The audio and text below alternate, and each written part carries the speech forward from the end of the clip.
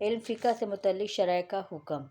علم فقہ کا سیکھنا فرض بھی ہے اور فرض کفایہ بھی ہے، مندوب و مستحب بھی ہے۔ فرض العین اس وقت ہوتا ہے جو دین کے لازمی مسائل ہیں جیسے نماز اور روزہ وغیرہ۔ فرض کفایہ وہ علم جو کچھ لوگ بھی جان لیں تو سب سے ذمہ ساقط ہو جائے، فقہ کی جمیع مسائل کا جاننا۔ مندوب مستحب زکوٰۃ اور نکاح کے مسائل کا جاننا۔ علم فقہ اور اس کی عظمت۔ قرآن پاک میں ارشاد فرمایا ہے کہ وَمَن یُؤْتَ الْحِکْمَةَ فَقَدْ أُوتِیَ خَیْرًا کَثِیرًا۔ ترجمہ: جس کو علم فقہ دیا گیا اس کو خیر کثیر کر دی گئی۔ اس آیت میں علم فقہ کی اہمیت کا بیان کیا جا رہا ہے۔ جس کو علم فقہ دیا گیا ہے اس کو بہت بڑی عطا کر دی گئی، کیونکہ اصل کامیابی دین کی کامیابی ہے جو کہ صرف علم فقہ سے ہی ممکن ہے۔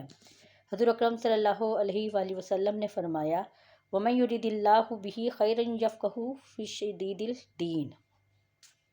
ترجمہ: حق تعالیٰ جس بندے سے بھلائی کا ارادہ کرتا ہے اسے دین کی فقاہت اور صحیح سمجھداری عطا کر دیتا ہے۔ ایک اور جگہ فرمایا فقیہ واحدہ اشد علی الشیطان من الف عابد۔ ترجمہ: ایک فقیہ شیطان پر 1000 عابدوں سے بھاری ہے، کیونکہ عابد کے زہد و تقویٰ سے خود اس کی ذات کو فائدہ پہنچتا ہے۔ فقہ حلال و حرام اور دیگر مسائل کی تعلیم سے ہزاروں کو فائدہ پہنچاتا ہے۔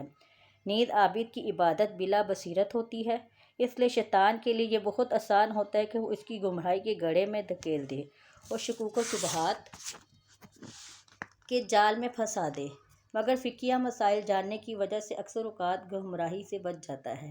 امام فرماتے ہیں علمان علم الفقہ الدیان وعلم الطلب الابدان وما وراء ذلك بلغت بجلس۔